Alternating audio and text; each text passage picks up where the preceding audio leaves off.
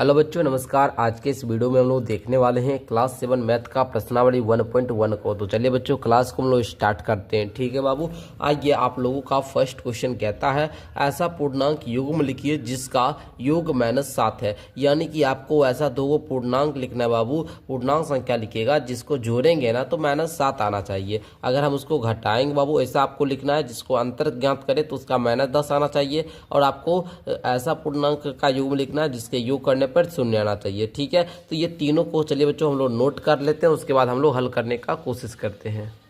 और हाँ, यदि अगर आप लोग चैनल पर पहली बार आए होंगे तो चैनल को भी आप लोग क्या करिएगा बाबू, सब्सक्राइब कर लीजिएगा। ठीक है, चलिए तो बच्चों यहाँ पर देखिएगा एग्जाम्पल, योग आना चाहिए -7। तो बच्चों देखिए आपका -9 क्या है बाबू, एक पूर्णांक है। अगर आप लोग क्या करोगे बाबू, इसमें जोड़ोगे। योग करना मतलब जोड़ना है। कितना जोड़ेंगे, 2 को जोड़िएगा तो इसका मान जो आएगा बाबू वो -7 ही आएगा। ठीक है, उसी प्रकार आप लोग कर सकते हैं। -10 लीजिएगा, इसमें अगर आप लोग +3 करते हो मान आपका -7 ही आएगा। उसी प्रकार आप लोग -13 लीजिएगा, इसमें +6 कीजिएगा। ठीक है बाबू, आप लोग देखिएगा -7 ही मान आएगा। ठीक है, उसी प्रकार बोल रहा है यहाँ पर क्या, अंतर आपका -10 आना चाहिए। देखिए -6 ले लीजिए। ठीक है, और इसमें से घटाइए। कितना घटाइएगा बाबू, आप लोग 4 को घटाइए। ठीक है, इसका मान आपका -10 आएगा। माइनस का आप लोग क्या कर लीजिए, 7 लीजिए, इसमें घटाइए 3 को। देखिए मान आपका -10 आएगा। -8 ले लीजिए, इसमें आप लोग 2 को घटाइए, मान आपका -10 आएगा। ठीक है, ये सब पूर्णांक का युग्म। -8 भी पूर्णांक है और 2 भी पूर्णांक है। ये पूर्णांक ही तो लिखना था, मैंने आपको लिख दिया। सिंपल सा बच्चों, आप लोग आंसर में ऐसे लिखिएगा -8,2 -7,3। ठीक है, यही आप लोग लिखिएगा। -6 और 4, ये सब आपका पूर्णांक का योग हुआ जिसका अंतर करने पर -10 आता है। आगे देख लीजिए बच्चों, योग शून्य आना चाहिए। तो सर योग शून्य कब आएगा, जब -6 लीजिए, +6 कीजिए, इसका योग शून्य आएगा। ठीक है, -7 लीजिए, +7 कीजिए, शून्य आएगा। -8 लीजिए और +8 कीजिए, योग शून्य आएगा। ठीक है, इस प्रकार से प्यारे बच्चों आप लोग कर सकते हो। ठीक है, इस प्रकार आप लोगों ने फर्स्ट क्वेश्चन को हल किया। आइए सेकेंड क्वेश्चन की ओर हम लोग बढ़ते हैं। आप लोगों का दूसरा प्रश्न है 2 का ए में, एक ऐसा ऋणात्मक पूर्णांक युग्म लिखिए जिसका अंतर 8 है। बाबू आपका जो मान होगा, दोनों पूर्णांक ऋणात्मक ही होना चाहिए, धन पूर्णांक नहीं होना चाहिए। तो चलिए हम क्या करते हैं, 2 का ए बी सी तीनों प्रश्नों को नोट करते हैं और हल करते हैं बच्चों। चलिए तो बच्चों देखिए यहाँ पर आप लोग एग्जाम्पल इसका लेंगे, किस प्रकार ले सकते हैं बच्चों। देखिए जैसे हम यहाँ पर चाहे एक ऐसा ऋणात्मक पूर्णांक, देखिए एक ऋणात्मक पूर्णांक -2 ले लेते हैं और एक ऋणात्मक पूर्णांक हम क्या कहते हैं -10 ले लेते हैं। ठीक है, दोनों ऋणात्मक पूर्णांक ही होना चाहिए। ठीक है, दोनों ऋणात्मक, क्योंकि पूर्णांक युग्म का मतलब है कि दोनों भाई ऋणात्मक पूर्णांक ही होना चाहिए। अब इसका अंतर ज्ञात कीजिए। देखिए यहाँ पर हम क्या करते हैं बच्चों, अंतर ज्ञात करते हैं। -2 ले लिए, इसमें अंतर करना है -10 का। ठीक है बाबू, अब आप लोग देखोगे -2 माइनस होता है +10। अब इसका मान आप लोग जब ज्ञात कीजिएगा तो इसका मान आपका 8 आएगा। ठीक है, चूंकि देखिए यहाँ पर आपको 8 घटा हुआ है तो 10 में 2 घटा कर लिख देना है। लेकिन देखिएगा 10 बड़ा कि 2 बड़ा, बोलिएगा 10 बड़ा। 10 क्या किया, प्लस का चिन्ह है तो यहाँ पर मान प्लस का चिन्ह ही आएगा। इसी प्रकार और भी आप लोग बहुत सारा एग्जाम्पल है। आप लोग -10 ले सकते हैं और आप लोग क्या लीजिएगा 18, -18 ले लीजिए। ठीक है, अब देखिए बच्चों -10 हो गया, माइनस करना है -18 को, तो बच्चों -10 माइनस +18 हो गया बच्चों। अब देखो यहाँ पर मान 8 आएगा।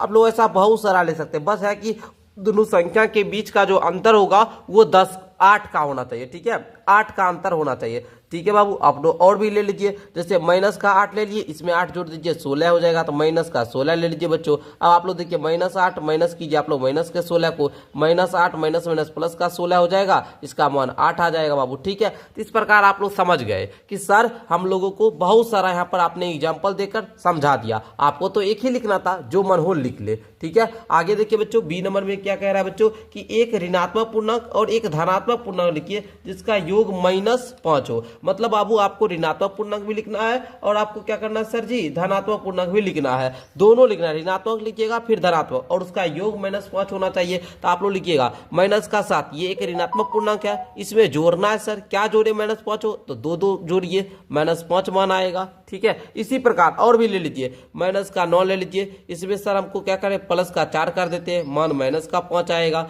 ठीक है, बस देखिए 9 4 के बीच का अंतर, 9 में 4 घटाइएगा 5 आएगा, 7 में 2 घटाइएगा 5 आएगा। बस ये ध्यान रखिएगा बाबू। ठीक है, चलिए और भी ढेरों एग्जाम्पल है। तो इसका उदाहरण हो गया -7,2 -9,4। एक ऋणात्मक पूर्णांक हो गया और एक धनात्मक पूर्णांक हो गया। ठीक है, क्लियर है बच्चों, मजा आया ना। चलो आगे बढ़ते हैं।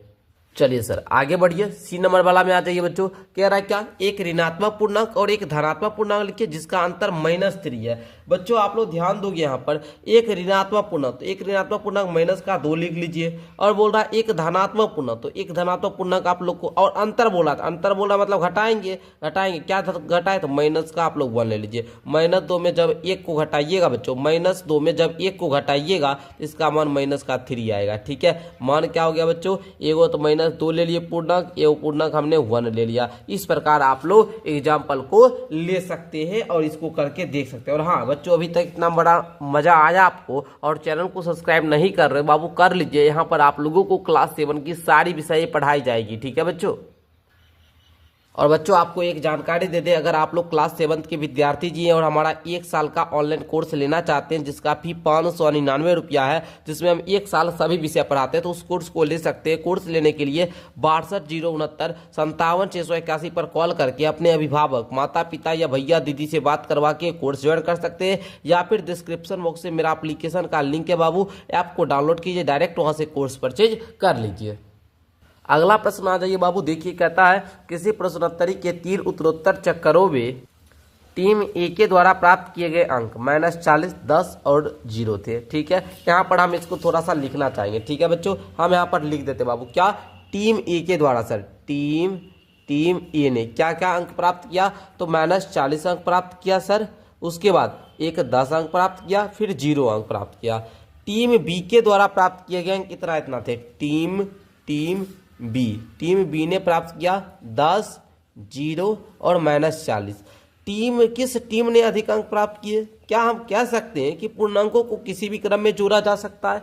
बच्चों ध्यान दीजिए, आप जब गौर कीजिएगा तो टीम ए हो या टीम बी हो, देखिए ये तीनों का जो रन है, ये तीनों का जो रन प्राप्त किया गया जो अंक है बाबू, प्रश्नोत्तर अंक है ना, रन नहीं अंक है, तो इस तीनों अंक देखिए -40 इसमें भी, -40 इसमें भी, 10 इसमें भी, 0 इसमें भी, तो इसमें भी, तीनों में सेम ही है, बस इधर उधर है। तो बच्चों देखिएगा आप लोग, जब हम इस सब को जोड़ेंगे, देखिए यहाँ पर हम जोड़ते हैं -40 प्लस का 10, ओके, प्लस का 0, इसको कीजिएगा तो 10 में 0 जोड़िएगा तो 10 ही होगा। अब -40 में जब 10 जोड़िएगा मान आपका -30 आएगा। अब इसको भी कर लीजिए, 10 प्लस का 0 अब प्लस -40। ओके बच्चों ध्यान दीजिएगा, 10 प्लस 0 प्लस माइनस ना हो जाएगा बच्चों -40। अब देखो 10 0 10 ही हुआ, अब 10 में से -40 करोगे मान आपका -30 ही आएगा। बच्चों यहाँ पर आप लोग को ध्यान देने वाली बात यह है कि सर हम अगर पूर्णांक को -40 को पहले रखते हैं, 10 को बीच में रखते हैं, 0 को बाद में रखते हैं,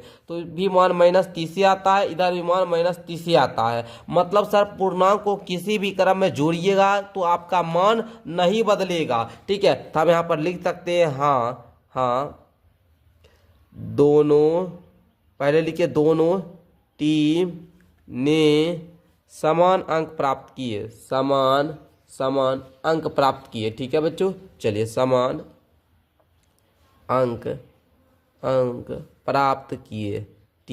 और यहाँ पर बोल रहा था बच्चों क्या, पूर्णांकों को किसी भी क्रम में जोड़ा जा सकता है, तो यहाँ बोलिएगा हाँ, पूर्णांकों को किसी भी क्रम में